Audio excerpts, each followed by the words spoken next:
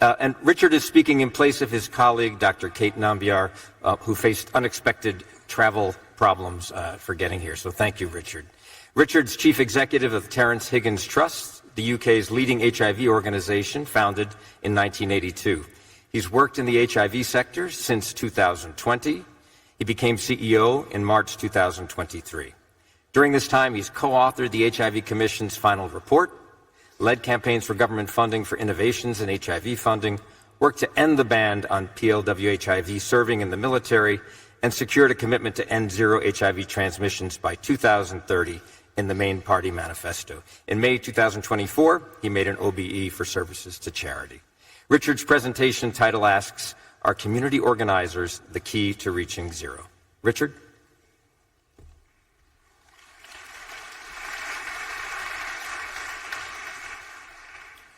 Thank you very much. It's really brilliant to be here today.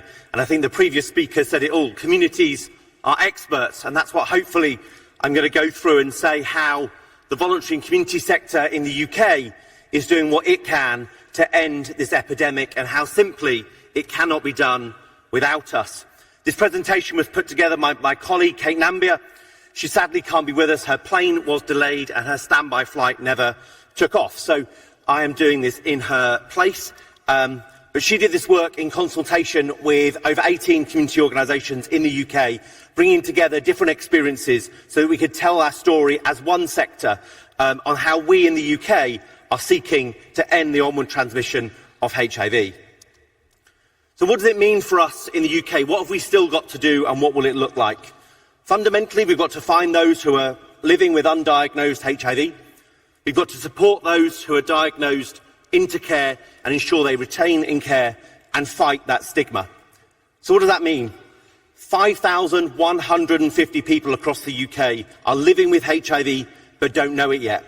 We have a goal to get an 80% reduction from the 2019 figures. We are not due to meet them by the target of 2025. We need, as a country, to work harder. 14,000 people in England, 950 people in Scotland, an unknown number in Wales and Northern Ireland, are living with HIV, know about it, but are detached from HIV services and are not accessing their medication. This number is going in the wrong, not right direction. We cannot end this epidemic if we don't put people living with HIV at its heart. And in the UK, 2/3 of people say they wouldn't kiss somebody living with HIV, a real embodiment of how stigma persists in our society. We will smash that stigma and work together to end it, so we end the epidemic and the onward transmission of HIV while fighting the stigma for those who live with HIV together. So are community organisations the key to reaching zero? You'll be shocked to hear, I think, yes. Here is why and how. We bring something unique to the table, as the previous speaker said. There's few problems that we can't solve. We can see those problems earlier than others. And we bring the diverse lived experience of people living with this virus to the centre of our conversations.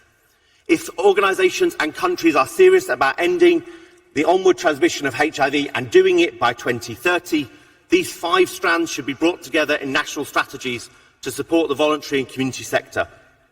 So what do we do at our best? We centre service users in the HIV response. We are working with, constantly, the HIV community. We are more accessible, open and involved. We focus on the social determinants of health. We lead on innovation.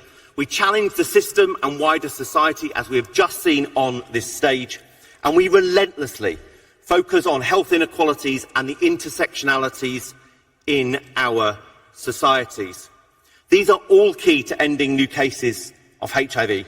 And time and again, we've seen the voluntary and community sector are the only ones consistently bringing all 5. So what does this mean? Centring service users in the HIV response is not new, and it's something that the voluntary and community sector and people living with HIV themselves have brought since those Denver principles in 1983. That demand that we are partners in people's care and that people living with HIV are listened to about how they experience their lives. It was radical then, and it's just as radical now. Voluntary and community organisations bring that voice to decision makers, funders, governments, grant makers, pharma, fast-track city initiatives across the globe. We are best at co-production, co-design, and we are the conduits for statutory services speaking with those service users. Your support for us means we can do more of that, but we will always have it at our core. Secondly, focusing on those social determinants of health. We know that seeing your doctor and taking your medicine is often the smallest factor in how healthy you are as an individual. Who is it in the system that focuses on the 80% of your healthcare that isn't about the appointment and isn't about the pill?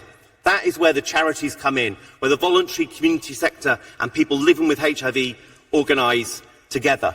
But we often do that 80% of the work on just 10% of the money. We have to recognise those social determinants of health are going to be whether we end the onward transmission of HIV or not. And as we get closer to doing that, as the numbers of undiagnosed people go down, those social determinants of health will play a larger role in those people's lives, and therefore our work becomes more necessary, not less. Some examples in the UK. Our friends at Positively UK set up Project 100, training professionally those who do peer support to give them qualification support and rigour in their work. Our colleagues at Food Chain ensure nutrition support for people living with HIV, particularly expecting mothers and those with newborns. George House Trust does an amazing intensive support service, really dealing with those issues in people's lives, and they are showing remarkable difference in people's lives. We see Lunch Positive bringing together people around food so they can access a community get-together.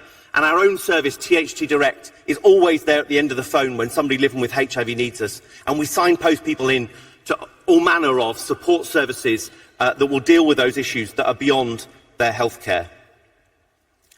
We, as the community sector, are often the leaders on innovation. We are closest to service users and what they want and need. We're keen to try new things.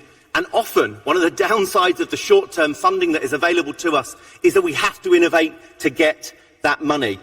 It's time that sustainability was part of that funding, but let's lean into the benefits that we bring in innovation. We have a high risk threshold for that innovation. We can bring together different resources into the same pot. We are determined and we try and try again. And if it doesn't work, we try something new.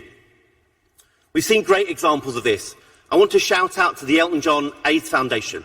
By trialling opt-out testing in emergency departments in the UK, they not only showed that testing everyone who comes to A&E is highly acceptable to all patients, but that's where people living with HIV and don't know about their diagnosis, or people living with HIV but aren't accessing care, are waiting for healthcare.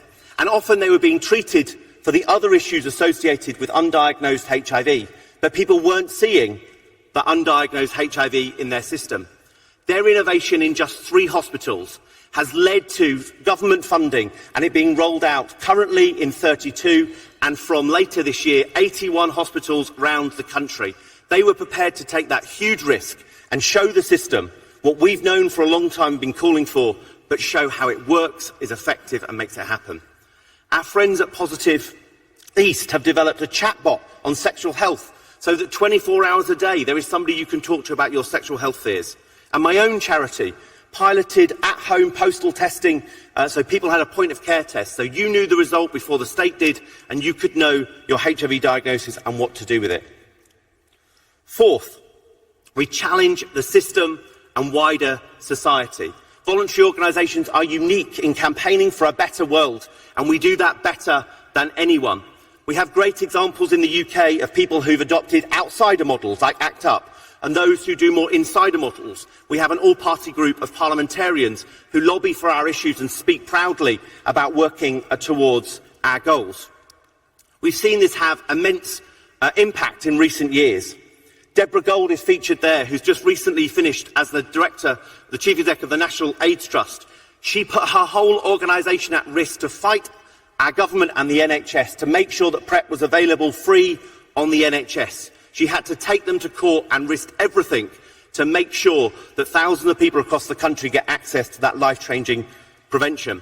Our friends at Waverley Care pointed out that their own country, Scotland, was the only place in the UK that didn't have postal HIV testing, and they called for it to change, and it did. And my own organisation, with others, led the campaign so that people living with HIV were no longer excluded from joining our armed forces, and we've since had changes on being commercial pilots and getting rid of antiquated laws on, quote, driving with AIDS. Fifth, we relentlessly focus on those inequalities and intersectionalities in our society. It's what the voluntary sector does best. We seek to leave no one behind, and we see those health inequalities in our society, and we seek to address those first in our work. And sometimes we fall short. And one of the great things about the voluntary and community sector is when we aren't doing what's right, somebody will come together to do that with us. And we've seen some brilliant innovations in recent years in the UK, with Black Beetle Health, Clinic Q, Sophia Forum, adding to our great patchwork of the voluntary sector and really holding us as some of the leading organisations to account, but also changing the statutory sector so it serves people where they are, how they are, and sees dignity in everyone. You can see here Sophia Forum providing expert advice on those women going through the menopause. Clinic Q provides a trans-led sexual health service with some of our statutory services and do a brilliant job with it. Positive Journeys is run by Metro. It's a peer support group for people who are migrants to the UK, making sure we bring our support to them rather than waiting for them to come to us. And you can see across the bottom, their story, our choice, an innovation done by colleagues of mine with Black-led experiences on sexual health and HIV, being brought together in community settings on an online platform where people get to choose the journey that they might go through and explore different ways of doing prevention and keeping people safe. Sometimes we as the voluntary sector don't always get it right. There are downsides from being so poorly funded and underappreciated, and there means that sometimes our work is patchy. We can't be in every community, every place, all of the time. But we are keen to be better always, and few organisations are so relentless in the way the voluntary sector is in meeting that. So what can we do and do it better? If we want to end the epidemic, we need the voluntary and community sector to be supported. And this includes funding to involve service users in statutory services. Don't expect us to just do it just because we are natural at doing it. You need to pay when you want to see it happen, because ultimately I believe in the Joe Biden statement, don't tell me your priorities, show me your budget and I'll tell you your priorities. We need to see that reflected back. Acknowledge that the social determinants of health have a greater role as we near transmission elimination. Support scaling, not stealing, of successful innovations. We piloted online testing, and then very quickly a commission came out from the government and a private sector company was able to pick that up. There could be a better way forward. Champion the activists and credit their success, including while implementing. I talked about the opt-out testing that we've done in emergency departments, and it is brilliant that the system and our doctors take great credit for the work they're doing. But the money was got on the table because Elton John AIDS Foundation showed the way, and the community sector came together and said, we demand that money. But the minute it's been spent, we've been forgotten in the equation. And I think that's really important that we could all lead those examples. You know, remembering Deborah Gold being prepared to put her organisation on the line so that we could have access to PrEP.